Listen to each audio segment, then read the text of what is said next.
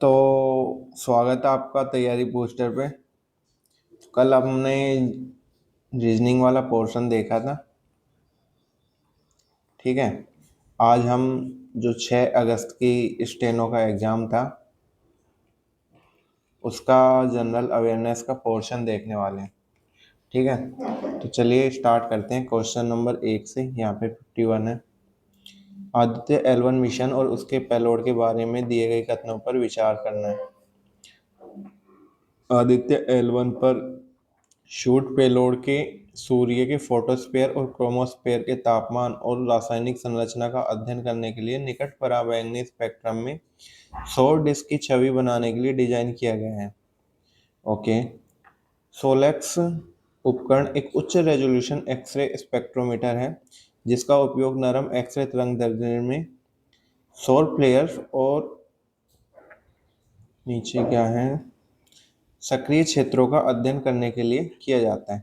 ठीक है, तो इसमें से पूछा है कौन सही है। तो इसमें 1 और 2 दोनों सही हैं। ठीक है, ये भी सही है, ये भी सही है, यानी कि सूर्य के फोटोस्फीयर और क्रोमोस्फीयर के तापमान रासायनिक संरचना का अध्ययन करने के लिए शूट पेलोड को लगाया गया है। दूसरा जो सोलेक्स उपकरण है वो उच्च रेजोल्यूशन एक्सरे स्पेक्ट्रोमीटर है। ओके, साइंस से पहला क्वेश्चन था, सॉरी स्पेस से। ठीक है, अगला क्वेश्चन देखिए। इसरो और जाक्सा के बीच सहयोग से लोपेक्स मिशन का प्राथमिक उद्देश्य क्या है। ठीक है, तो मुझे इसका नॉलेज नहीं था, लेकिन लूपेक्स किससे मैक्सिमम जो दो देशों के बीच कुछ भी जैसे एक्सरसाइज हुए तो उन दो देशों के नाम जुड़ के वो चीज़ें बनती हैं। देखिए, लू से लूपेक्स, अब मुझे पता नहीं है कि ये सही है या गलत है, लेकिन मैं तुक्के से कर रहा हूँ कि एल आ रहा है, तो एल से लूनर भी आता है जो कि चंद्रमा से रिलेटेड होता है। ठीक है, तो मैं इसको इस तरीके से कर रहा हूँ, तो चंद्रमा से रिलेटेड होना चाहिए अगर मैं ऑप्शन टिक करूँगा तो। अगर मुझे पता नहीं है तो इसमें 2 ऑप्शन बैठते हैं, इसमें भी चंद्रमा पर है, इसमें भी चंद्रमा पर है। देखिए, चंद्रमा पर संचार उपग्रह तैनात करना, ठीक है, ये तो काम अभी तक किसी ने किया ही नहीं है। अभी तक चांद पर भी भारत ने केवल साउथ ब्लॉक पे पैर रखा है। ठीक है, जो साउथ साइड है वहाँ पे वहाँ पे टेस्टिंग कर रहे हैं, लेकिन संचार उपग्रह स्थापित करना तो एक बहुत मतलब दूर की कौड़ी है अभी। चंद्रमा पर पानी की मात्रा और गुणवत्ता की जांच करके और इसके अंधेरे पक्ष का पता लगाएं। ठीक है, ये थोड़ा ज़्यादा ठीक लग रहा है, क्योंकि जो हमने चंद्रयान भी भेजा था वो किस चीज़ के लिए भेजा था, टेस्टिंग के लिए भेजा था, वहाँ पे चीज़ों की टेस्टिंग की जा सके। तो मैं इस ऑप्शन को लगाना ज़्यादा प्रेफर करूँगा। ठीक है, तो इस तरीके से भी अगर क्वेश्चन नहीं आता है तो भी उसको हम करने की कोशिश कर सकते हैं। बाकी अगर आप इस तरीके से लगा सकें तो वेल गुड। अगला देखिए, निम्नलिखित कथनों को पढ़ें। वायुमंडल के ऊर्ध्वाधर तापन की प्रक्रिया को संवहन के रूप में जाना जाता है। ओके। हवा की क्षैतिज गति के माध्यम से ऊष्मा के स्थानांतरण को संवहन कहा जाता है। ये भी ठीक नहीं लग रहा। गर्मियों के दौरान उत्तरी भारत में लू हवाएं संवहन के कारण, बिल्कुल सही बात है ये तो। ठीक है, तो तीसरा तो इसमें आएगा ही आएगा। तो पहला और दूसरा तो ठीक नहीं लग रहा, तो तीसरा इसमें ठीक हो जाए। हाँ, तीसरा है इसमें, ऑप्शन नंबर 3 सही है। अगला देखते हैं। कौन सा गुण उसकी तीव्रता, ध्वनि का कौन सा गुण उसकी तीव्रता को निर्धारित करता है, आयाम निर्धारित करता है। सही बात है, आयाम ध्वनि की तीव्रता को निर्धारित करता है। अगला देखिए। निम्नलिखित में से कौन सा विषय राज्य सूची के अंतर्गत आता है। तो पब्लिक ऑर्डर सही है। पब्लिक ऑर्डर जो है वो स्टेट का काम है, स्टेट मैनेज करेगा कौन, पब्लिक ऑर्डर। ठीक है, आगे क्वेश्चन देखिए। नीति आयोग के सीईओ, नीति आयोग के सीईओ पूछा है, अपॉइंटमेंट से क्वेश्चन है। आप अपॉइंटमेंट्स आपको याद करनी पड़ेंगी। ठीक है, अपॉइंटमेंट से क्वेश्चन आएंगे। तो इसका ऑप्शन हो जाएगा B R सुब्रमण्यम। सही ऑप्शन हो जाएगा बी आर सुब्रमण्यम, जो कि नीति आयोग के सीईओ हैं। ओके, नेक्स्ट क्वेश्चन देखते हैं। अनुच्छेद 356 भारत की संघीय संरचना को किस प्रकार से प्रभावित करता है? ओके, ये न्यायपालिका की स्वतंत्रता को सुनिश्चित करता है, बिल्कुल गलत बात है। यह विकेंद्रीकरण को बढ़ावा देता है, ऐसा कोई कंसेप्ट नहीं है। यह केंद्र को राज्य सरकारों को बर्खास्त करने की अनुमति देता है, बिल्कुल सही है। राज्य में राष्ट्रपति शासन। ओके, अनुच्छेद 356, सॉरी, और 352 में क्या है? राष्ट्रीय आपातकाल। ओके, और चौथा ऑप्शन क्या है? ये सहकारी संघवाद को लागू करता है, तो ये इसका राइट आंसर हो जाएगा। आगे क्वेश्चन देखते हैं।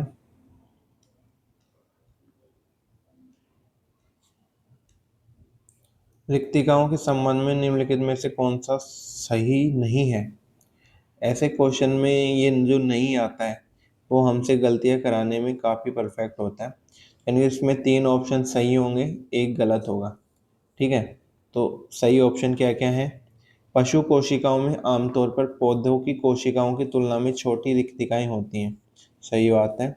पशु जो कोशिकाएं होती हैं उनमें आमतौर पर पौधों की जो कोशिकाएं होती हैं उनकी तुलना में छोटी रिक्तिकाएं होती हैं। कुछ पौधों की कोशिकाओं में केंद्रीय रिक्तिका कोशिका के अधिकांश आयतन को घेर सकती है।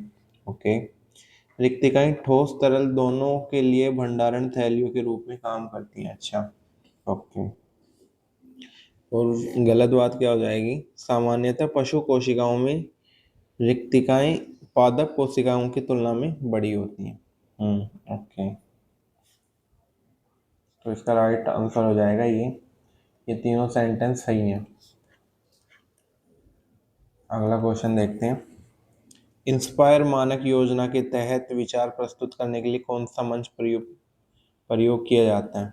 अच्छा, तो इंस्पायर पोर्टल, ठीक है, नाम से भी दिख रहा है इंस्पायर मानक। तो इंस्पायर पोर्टल जो है इंस्पायर मानक योजना के तहत विचार प्रस्तुत करने की यहाँ से अप्लाई कर सकते हो। ओके, अगला क्वेश्चन है। निम्नलिखित में से कौन सा मुख्य कारण है कि प्रधानमंत्री नरेंद्र मोदी ने पोलैंड के कबड्डी महासंघ के अध्यक्ष श्री मिशेल स्पिचको से मुलाकात की? ओके, यानी कि पोलैंड के कबड्डी महासंघ के अध्यक्ष से मुलाकात की है नरेंद्र मोदी ने, तो इसका क्या कारण हो सकता है? पोलैंड पोलैंड की फुटबॉल उपलब्धियों पर उन्हें बधाई देने के लिए। भाई उनका काम है, हम क्यों बधाई देंगे, जीते वो हैं। यूरोप में कबड्डी को बढ़ावा देने के लिए उनके प्रयासों की सराहना करने के लिए। ओके, हम दूसरे ऑप्शन भी देख लेते हैं एक बार। दूसरे ऑप्शन है भारत और पोलैंड के बीच व्यापार समझौते। व्यापार समझौते के लिए कबड्डी वाले के पास क्यों जाएंगे हम? ठीक है, तो ये ऑप्शन तो देखते ही गलत हो रहा है।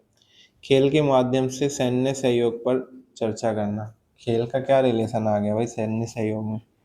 ये ऑप्शन भी गलत हो जाएगा। ठीक है, तो अपने पास क्या थे? 2 ऑप्शन, इन दोनों ऑप्शन में से ही होना चाहिए था वैसे भी।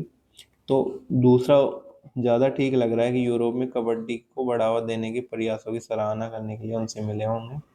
ओके, अगला क्वेश्चन देखो। वानखेड़े स्टेडियम मैदान किस शहर में है? मुंबई में है, ये बोलने की आवश्यकता नहीं है। ठीक है, हम्म, ओके, अगला क्वेश्चन है। भारत का उपराष्ट्रपति सरकार की किस शाखा का हिस्सा है? भारत का उपराष्ट्रपति किस शाखा का हिस्सा है? हाँ, तो एग्जीक्यूटिव और लेजिस्लेटिव दोनों शाखाओं का हिस्सा है। अच्छा, ये उसके पास वोटिंग का अधिकार भी रहता है संसद में। ओके, ठीक है, और लोकसभा का स्पीकर, वो सॉरी, राज्यसभा का स्पीकर भी रहता है।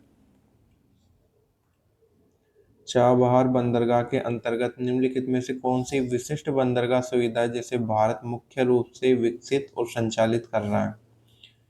भारत विकसित और संचालित कर रहा है। शहीद बेहेश्ती पोर्ट। ओके।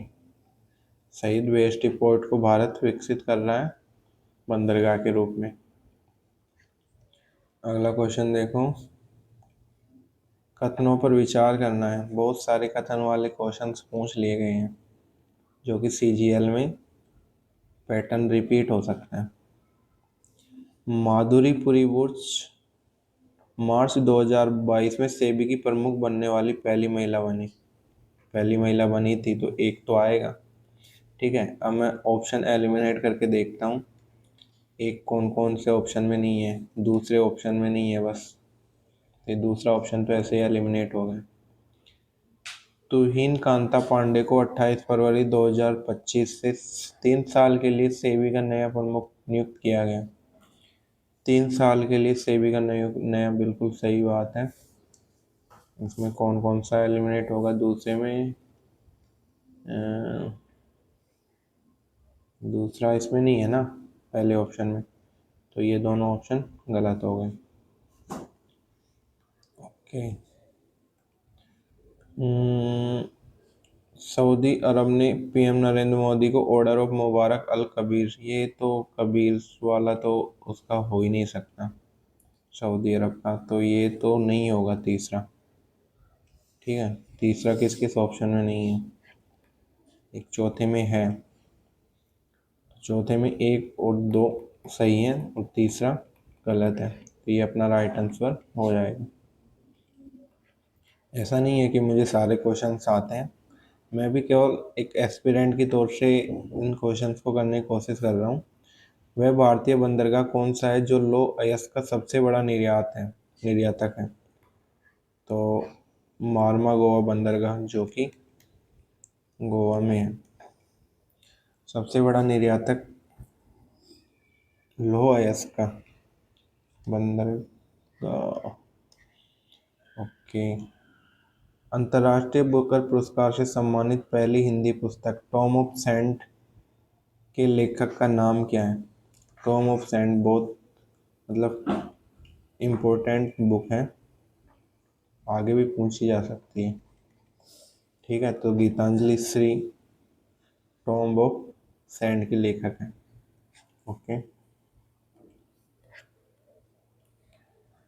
तेल बीज प्रौद्योगिकी मिशन में राष्ट्रीय दुग्ध विकास बोर्ड की क्या भूमिका थी? हाँ, तो नेक्स्ट क्वेश्चन देखते हैं 67। ओके। तेल बीज प्रौद्योगिकी मिशन में राष्ट्रीय दुग्ध विकास बोर्ड की क्या भूमिका थी? यार ये चीजें कौन पढ़ता है, कौन डालता है इनको? तेल बीज प्रौद्योगिकी, ठीक है, इससे दिख रहा है कि बीज से तेल निकालने का काम। बीज से तेल किस किस में निकलता है? राष्ट्रीय दुग्ध विकास बोर्ड की क्या भूमिका थी? दूध को बढ़ावा देना। बीज से तेल निकाल के तो दूध को बढ़ावा देंगे नहीं, ये तो ऑप्शन गलत हो जाएगा। व्यापार नीतियों का नियमन, ठीक है, ये भी कुछ ठीक सुनने में ठीक नहीं लग रहा। आनुवांशिक रूप से परिवर्तित फसलों का विकास, तिलहन की खरीद और प्रसंस्करण का प्रबंधन। ओके, ये मोस्ट सूटेबल है।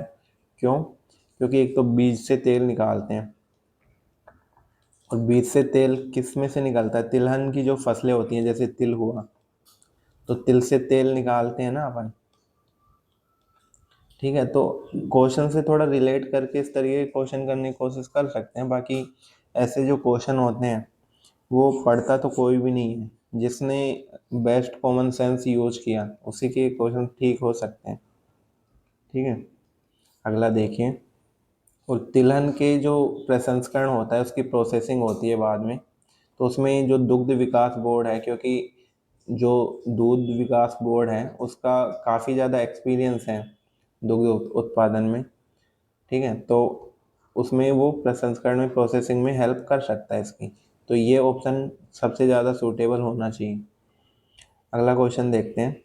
भारतीय संविधान की अनुसूचियों के संबंध में सही सुमेलित है, तो सही सुमेलित कौन सी है? अनुसूची 11 में पंचायत की शक्तियाँ और जिम्मेदारियाँ बिल्कुल सही है। 12वीं अनुसूची में राष्ट्रपति की गलत बात है, इसमें वो है ना, क्या बोलते हैं उसको, सहकारी समिति है शायद 12वीं में। या नगर निगम है? 12वीं अनुसूची में क्या है? नगर निगम है ना, नगर पालिकाएं। शायद सहकारी समिति होंगी या नगर पालिका वगैरह होंगी। 10वीं अनुसूची क्यों पढ़े हुए काफ़ी टाइम हो गया यार। 10वीं अनुसूची संविधान द्वारा मान्यता प्राप्त भाषाएं गलत है, दल बदल 10वीं अनुसूची में। 9वीं अनुसूची संघ और राज्यों के बीच बंटवारा। 9वीं अनुसूची में क्या है? संघ और राज्यों के बीच शक्तियों का आवंटन। सात सात में है शायद, वो 7th अनुसूची में। 9th अनुसूची में भूमि सुधार है शायद, भूमि सुधार से संबंधित। हाँ, ठीक है। 7th अनुसूची में ये जो लिखा हुआ है संघ और शक्तियों के बीच शक्तियों का आवंटन, संघ सूची राज्य सूची, इसी में है 7th में। ओके। और 12th में शायद नगर पालिकाएं हैं, मैं कंफर्म नहीं हूँ, आप एक बार कंफर्म कर लो। आपराधिक प्रक्रिया पहचान अधिनियम 2002 के अंतर्गत कौन सी शक्ति पूर्ववर्ती कैदियों की पहचान अधिनियम 1920 की तुलना में अधिक व्यापक है? भाई साहब क्या पूछ रहा है यार। Power granted under criminal procedure identification act 2022। ठीक है, ऑप्शन देखते हैं। जैविक और बायोमेट्रिक डेटा संग्रह की अपराध से रिलेटेड एक है, क्योंकि अपराधियों का बायोमेट्रिक डेटा कलेक्ट करके रख सकते हैं। केवल दोषियों की पहचान प्रक्रिया तक सीमित रखना। ओके। केवल सीमित कानून प्रवर्तन एजेंसियों के डेटा की पहुंच देना। अपराध जांच हेतु केवल उंगलियों के निशान को मान्यता प्राप्त करना। कैदियों की पहचान के लिए सबसे ज़्यादा और भी ज़्यादा व्यापक बनाया गया उसको, तो उनकी बायोमेट्रिक जो कलेक्ट करके रखेंगी, ऑप्शन ए ज़्यादा परफेक्ट है, क्योंकि उनकी बायोमेट्रिक ज़्यादा इम्पोर्टेंट हो सकती हैं अदर ऑप्शन की तुलना में। नहीं, उंगलियों के निशान का है, उसमें बायोमेट्रिक में आपका आइरिस वगैरह का सबका आ जाता है, तो ये ज़्यादा व्यापक है, मतलब ज़्यादा यूनिवर्सल है। ओके, अगला क्वेश्चन देखते हैं। राष्ट्रीय राष्ट्रपति राष्ट्रीय आपातकाल की घोषणा संविधान के किस अनुच्छेद के अंतर्गत करता है? अभी अपने ऊपर डिस्कस किया था, अनुच्छेद 352 में राष्ट्रीय आपातकाल आता है। ओके। 360 में आपको पता होगा वित्तीय आपात आता है।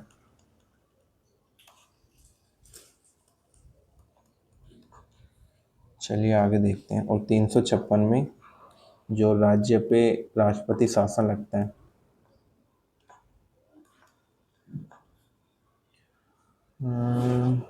ठीक है, अगला क्वेश्चन देखते हैं। भारत के प्रमुख आर्थिक सुधार किस वर्ष लागू किए गए थे? मैं स्क्रीन को थोड़ा बड़ा कर देता हूँ ताकि और क्लियर विजिबिलिटी हो। हाँ, भारत के प्रमुख आर्थिक सुधार कब लागू किए थे? ऑप्शन एक ही है, 1991 में उदारीकरण किया गया था। इंग्लिश में बोले तो लिबरलाइजेशन। ठीक है, अगला क्वेश्चन देखते हैं। स्क्रीन थोड़ी बड़ी हो गई है।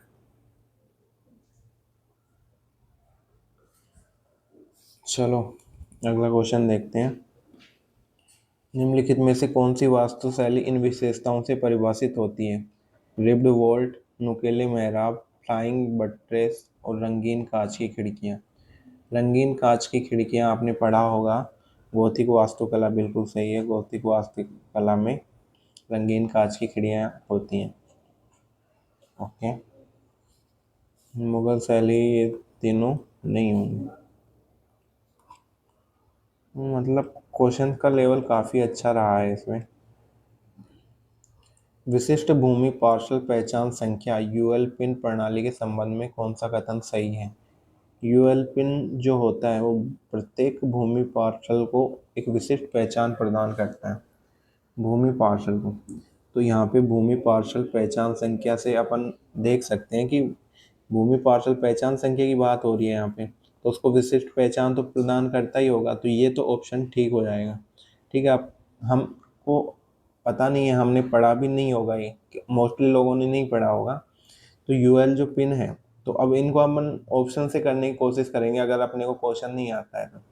ठीक है, तो अपन को लग रहा है कि ऑप्शन नंबर एक इसमें तो ठीक होगा ही होगा, क्योंकि क्वेश्चन में जो बात दे रखी है अपने को भूमि पार्षल पहचान प्रणाली, तो वो इसकी तो पहचान करता ही होगा भूमि पार्षल की, तो मैंने पहला ये करेक्ट मान लिया। मैं ऑप्शन में देखता हूँ कि पहला किस किस में है। तो ऑप्शन नंबर जो 3 है वो एलिमिनेट हो गया, मतलब अपनी क्वेश्चन ठीक होने की प्रायिकता, अब अगर मैं ऑप्शन लगाता भी हूँ तो 33% अपने ऑप्शन लगाने की वो हो गई।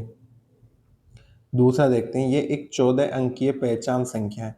अब इसको अपन कंफर्म नहीं बोल सकते कि 14 अंकीय होगा या नहीं होगा, हो सकता है 10 हो सकता है 12 हो। ठीक है, तो इसका अपन कंफर्म नहीं बोल सकते। ऑप्शन नंबर देखिए, यूएल पिन भूमि स्वामित्व को ट्रैक करने और विवादों को हल करने के लिए मदद करता है। ये मुझे बिल्कुल परफेक्ट लग रहा है कि ऐसा होगा। पता है क्यों? क्योंकि ये लाने का क्या उद्देश्य होता है, हमको इसमें एक उद्देश्य दिख रहा है कि ये इसलिए लाया होगा कि इस चीज को हल करना होगा। ठीक है, तो मैं इस 3 को ठीक मानूंगा। तो 3 देखिए कौन कौन से ऑप्शन में इसमें नहीं है, तो इसमें अब 2 ऑप्शन बच गए अपने पास। ठीक है, 2 ऑप्शन बचे अपने पास, अपनी प्रायिकता आ गई 50% पे।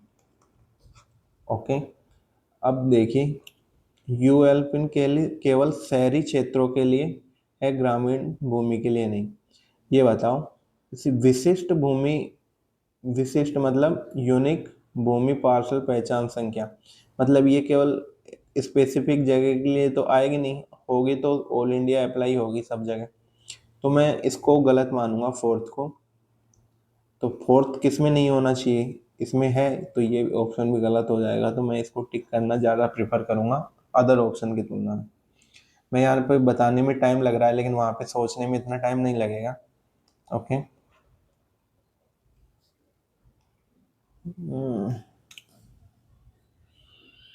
निम्नलिखित में से कौन सा आयोग भारत में एक वैधानिक निकाय नहीं है? नहीं का ध्यान रखना है। ठीक है, ये संवैधानिक वैधानिक निकाय है, संवैधानिक निकाय है, वो संविधान में उल्लेख है। राष्ट्रीय मानवाधिकार आयोग ये भी होगा, राष्ट्रीय महिला आयोग, राष्ट्रीय किसान आयोग, ये कोई भी एक वैधानिक निकाय नहीं है। बिल्कुल सही बात। ठीक है।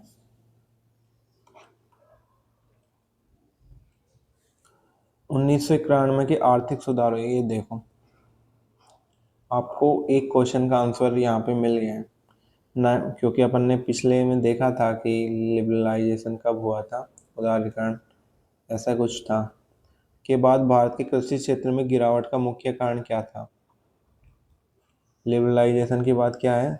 निर्यातोन्मुखी नकदी फसलों की ओर रुझान और सार्वजनिक निवेश में कमी। ओके। सिंचाई और ग्रामीण बुनियादी ढांचे के निवेश में वृद्धि, अगर निवेश में वृद्धि होगी तो कम थोड़ी होगा, गिरावट थोड़ी होगी, बढ़ेगी। तो ये ऑप्शन तो हो ही नहीं सकता। उच्च आयात शुल्क के माध्यम से अधिक सुरक्षा, लिबरलाइजेशन में किया ये गया था कि जो टैरिफ वगैरह थे वो कम किए गए थे, जो ड्यूटीज थी वो कम की गई थी, तो ये भी नहीं हो सकता। सभी फसलों के लिए न्यूनतम समर्थन मूल्य में वृद्धि, अगर एमएसपी में वृद्धि करेंगे तो लोग ज़्यादा उगाएंगे, तो ये ऑप्शन भी नहीं हो सकता। तो अगर इन तीनों को अपन एलिमिनेट कर दें, चौथा ऑप्शन अपने पास यही बचता है। ठीक है, और जो कि ठीक भी लग रहा है कि पब्लिक इन्वेस्टमेंट कम हो गई और नकदी फसल की तरफ ज़्यादा रुझान हो गया इंपोर्ट करने वाला। विभिन्न देशों में हैप्पीनेस इंडेक्स हेतु आंकड़े एकत्र करने में प्रमुख कठिनाई क्या होती है? ठीक है, पहला देखते हैं, व्यापार सांख्यिकी का सटीक रिकॉर्डिंग, अगर सटीक रिकॉर्डिंग होगी तो कठिनाई क्यों आएगी? वित्तीय संसाधनों की कमी, कमी होगी तो अच्छा, विज्ञापन हेतु, विज्ञापन का क्या रिलेशन आ गया इसमें, हटाओ इसको। आर्थिक संधियों में भाषाई बाधाएं, नहीं, भाषा का कोई रोल नहीं होना चाहिए। और वो भी आर्थिक संधियों में। वैश्विक स्तर पर सर्वेक्षण की विविध विधियों में समानता और निरंतरता सुनिश्चित करना। बिल्कुल सही बात है ये, कि हर जगह का एक अलग वो रहता है। अब जैसे सर्वेक्षण की जो विधि होती है, जो प्रोसीजर होता है, हर देश में अलग अलग होता है, और उसमें कंटिन्यूटी जो है, उसमें कंटिन्यूटी वो करना काफ़ी मुश्किल है हर देश के हिसाब से। तो इस हिसाब से चौथा ज़्यादा सूटेबल लग रहा है, वही आंसर है। निम्नलिखित में से कौन सा नृत्य भारतीय शास्त्रीय नृत्य के रूप में मान्यता प्राप्त है? भरतनाट्यम ऑब्वियसली शास्त्रीय नाट्य है। उसके अलावा कुचिपुड़ी, कथकली, कथक, गरबा, ये दो लोक नृत्य हैं, गरबा, लावणी, भांगड़ा। ठीक है, ये लोक नृत्य की श्रेणी में आते हैं, ना कि शास्त्रीय नृत्य की श्रेणी में। ओके, अगला क्वेश्चन देखो। भारत का वह राज्य कौन सा है जहाँ सर्वाधिक कार्यशील जनसंख्या कृषि कार्यों में संलग्न है? ओके, ऑब्वियसली यूपी है। यूपी में सबसे ज़्यादा पॉपुलेशन एग्रीकल्चर में लगी हुई है। ठीक है, आगे देखते हैं, क्योंकि यूपी का एरिया भी थोड़ा बड़ा है। वैसे तो राजस्थान का और भी बड़ा है, लेकिन वहाँ पे थार का रेगिस्तान भी है, तो इस वजह से बिहार उसका सॉरी यूपी उसका राइट आंसर होगा। विभिन्न प्रसन्नता रिपोर्ट को प्रसन्नता के स्तर को समझाने के लिए कितने प्रमुख चरों का उपयोग किया जाता है? मतलब कितने हैप्पीनेस लेवल होते हैं? 6 ऑप्शन होगा इसका, 6 आंसर होगा। ये इसको आप याद भी रख सकते हैं, हो सकता है सीजीएल की किसी शिफ्ट में पूछ लिया जाए। नीचे दिए गए कथनों को देखना है। गुड फ्राइडे को एक सकारात्मक शब्द के रूप में नामित करना ईसाई विद्वानों और परंपराओं के बीच सार्वभौमिक रूप से स्वीकार किया गया। ओके, यीशु का बलिदान पूर्ण मृत्यु के सकारात्मक धार्मिक अर्थ को दर्शाने के लिए इस दिन को गुड कहा जाता है। ओके, इसमें लिखा है कि आर सत्य है, ए असत्य है। गुड फ्राइडे को एक सकारात्मक शब्द के रूप में नामित करना ईसाई विद्वानों और परंपराओं के बीच सार्वभौमिक रूप से तो ऐसी चीजें स्वीकार की नहीं जा सकती। ठीक है, तो इसका ऑप्शन नंबर हो जाएगा ए असत्य, आर सत्य। 2011 की जनगणना के अनुसार किस केंद्र शासित प्रदेश की जनसंख्या घनत्व सबसे अधिक है? अच्छा, केंद्र शासित प्रदेश पूछा है। दिल्ली होगा, ये तो पूछने की बात ही नहीं है। दिल्ली में सबसे ज़्यादा पोल्यूटेड सिटी है, सॉरी यूटी है। अगला क्वेश्चन देखते हैं। एक चालक छड़ एक समान चुंबकीय क्षेत्र B, लंबवत वेग v के साथ घूम रही है। यदि v और b दोनों के छड़ लंबवत लंबाई l है, तो इसके सिरों पर प्रेरित ईएमएफ किसके द्वारा दिया जाएगा? तो ईएमएफ BLV। B चुंबकीय क्षेत्र है, ये लंबाई है, और V वेग है। फॉर्मूला याद रख लो, हो सकता है सीजीएल में आ जाए।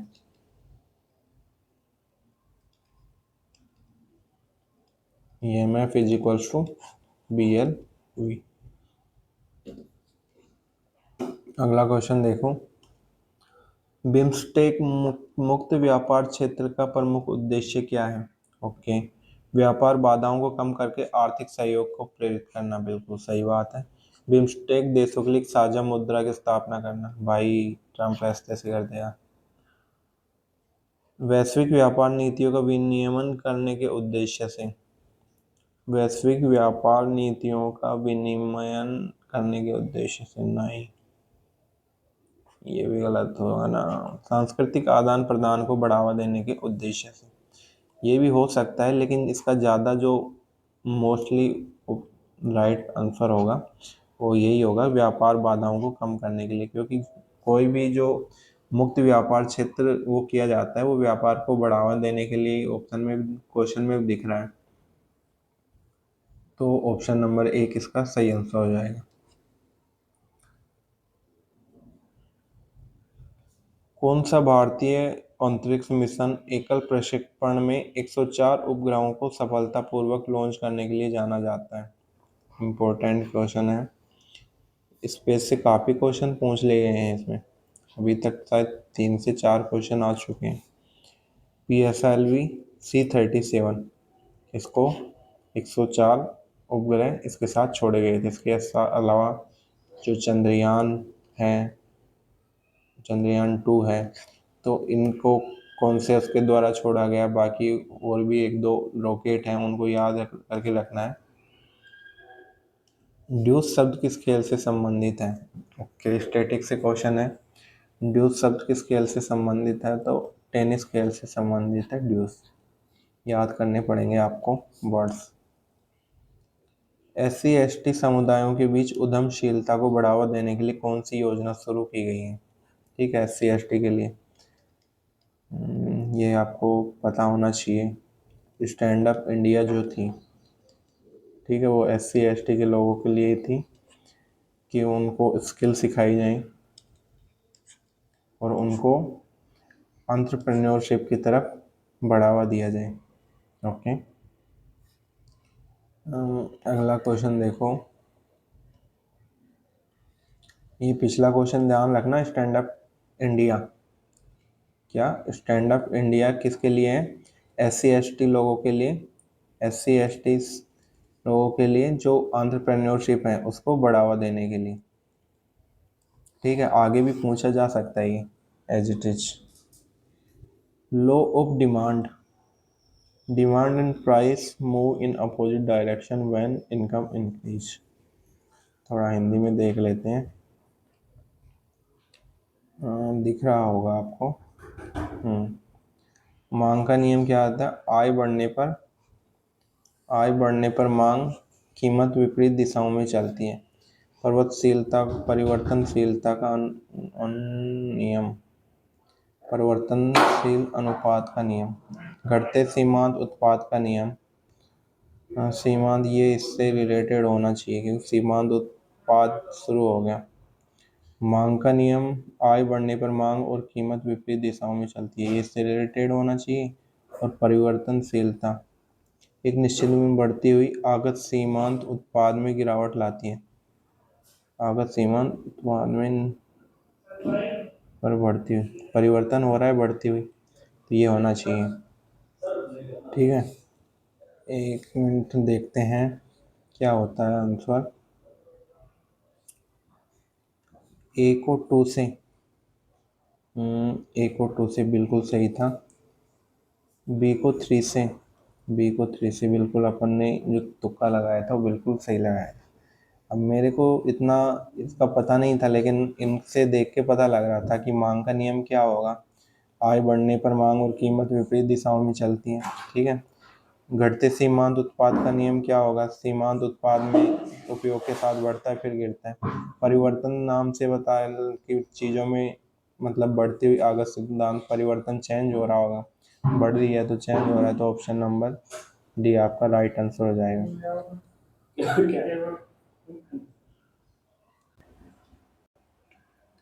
नेक्स्ट क्वेश्चन देखते हैं। भारत में प्रबंधन शिक्षा को बढ़ावा देने के लिए 1961 में किस संस्थान की स्थापना की थी? फैक्ट बेस्ड क्वेश्चन है। अच्छा, प्रबंधन शिक्षा, मैनेजमेंट।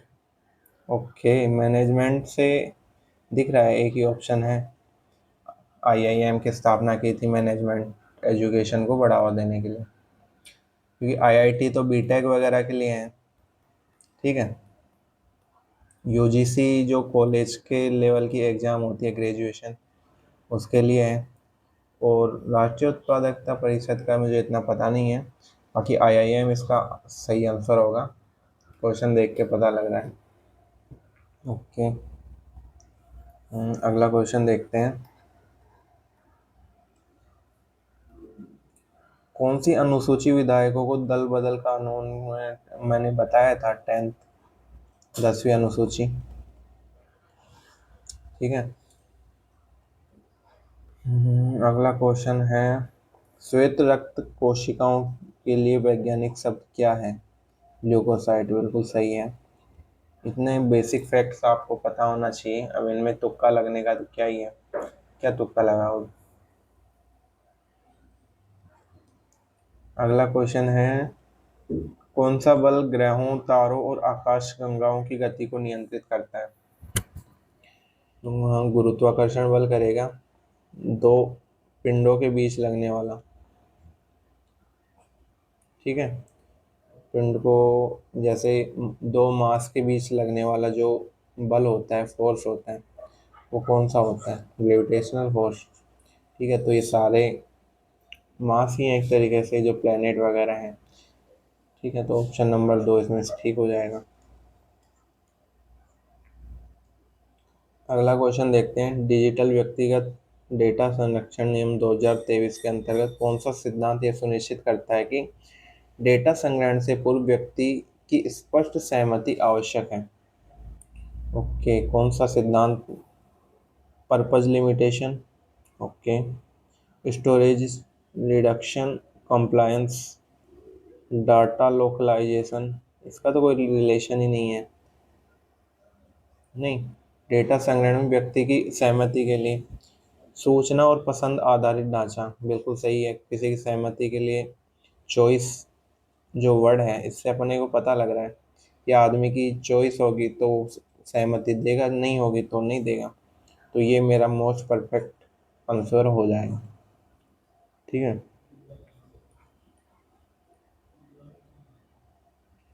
मतलब एक जो अपने पास जीएस में क्वेश्चंस आ रहे हैं ना, ये भी बहुत कुछ बताते हैं आंसर के बारे में। घटती सीमांत उपयोगिता का नियम कहता है कि जैसे जैसे उपभोक्ता किसी वस्तु के ज़्यादा से ज़्यादा यूनिट्स का उपयोग करता है, प्रत्येक अतिरिक्त व्यक्ति से प्राप्त सीमांत उपयोगिता घटती है। ओके, घटती सीमांत उपयोगिता का नियम कहता है जैसे जैसे उपभोक्ता किसी वस्तु के ज़्यादा से ज़्यादा यूनिट्स का उपयोग करता है, तो प्रत्येक अतिरिक्त यूनिट से प्राप्त सीमांत उपयोगिता घटती है। घटती सीमांत उपयोगिता का नियम है, पहला ऑप्शन ही सीधा लिख रखा है कि सीमांत उपयोगिता घटती है। भाई कहने की जरूरत ही नहीं पड़ रही, क्वेश्चन में आंसर दे रखा है। स्थिर रहने का कोई कंसेप्ट ही नहीं रहा, कुल उपयोगिता घटती है। लेकिन क्वेश्चन क्या कह रहा है कि सीमांत, घटती सीमांत उपयोगिता का नियम। ये पढ़ो क्या है, घटती सीमांत उपयोगिता का नियम। तो मतलब क्वेश्चन में आंसर दे रखा है। निम्नलिखित में से कौन सी नदी पूर्वी तटीय मैदानों में डेल्टा बनाती है? ठीक है, पूर्वी तटीय मैदानों में तो एक गोदावरी है, माही नहीं है, ताप्ती नहीं है, नर्मदा नहीं है। ठीक है, ये सारी पश्चिमी है। ओके, पश्चिम की तरफ बहती हैं।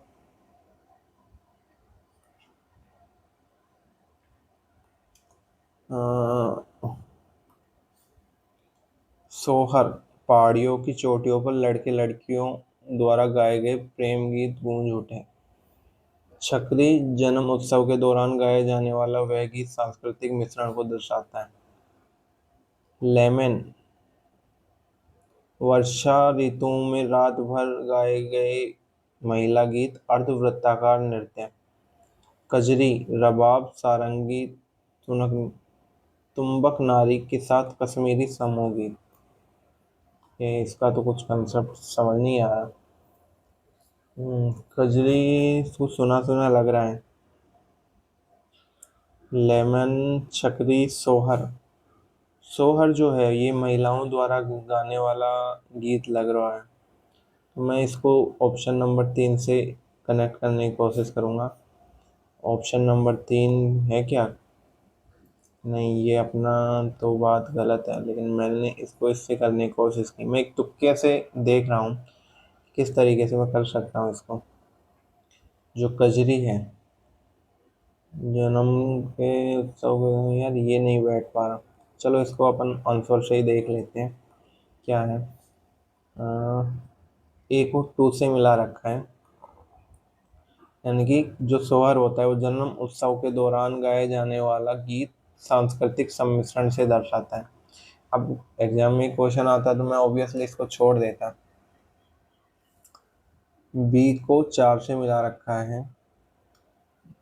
छकरी जो होता है वो रबाब, सारंगी और तुम्बक नारी के साथ कश्मीरी समूह गीत है। लेमन जो होता है वो पहाड़ियों की चोटियों पर लड़के लड़कियों द्वारा गाए जाने वाला प्रेम गीत है।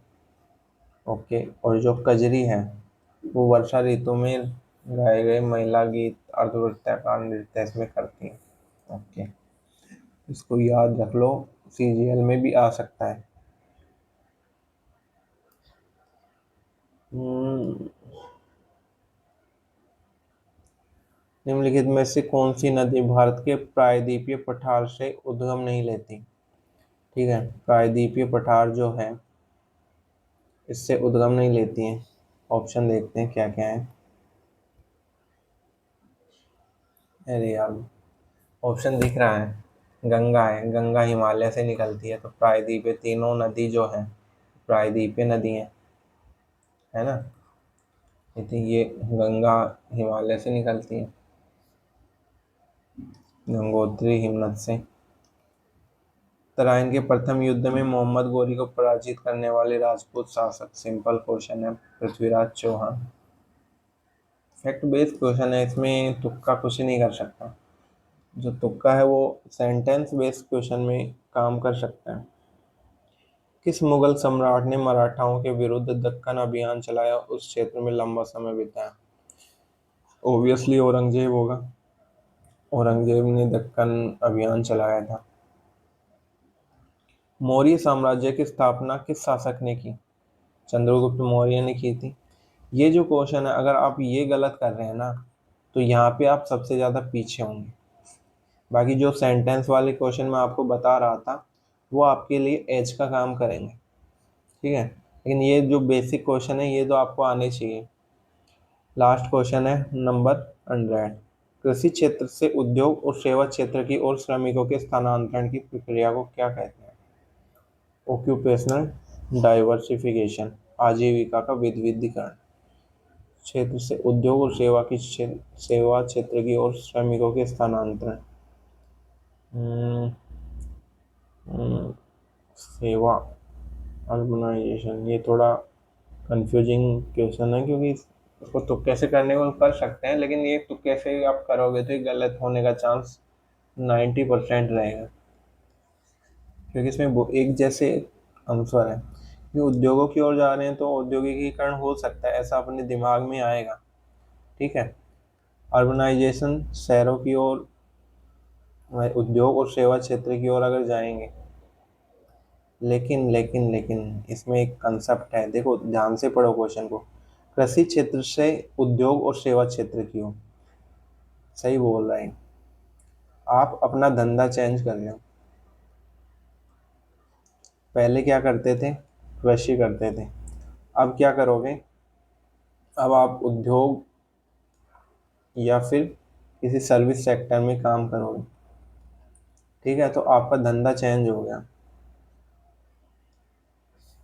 ठीक है, ठीक है, आजीविका का विविधीकरण, हाँ।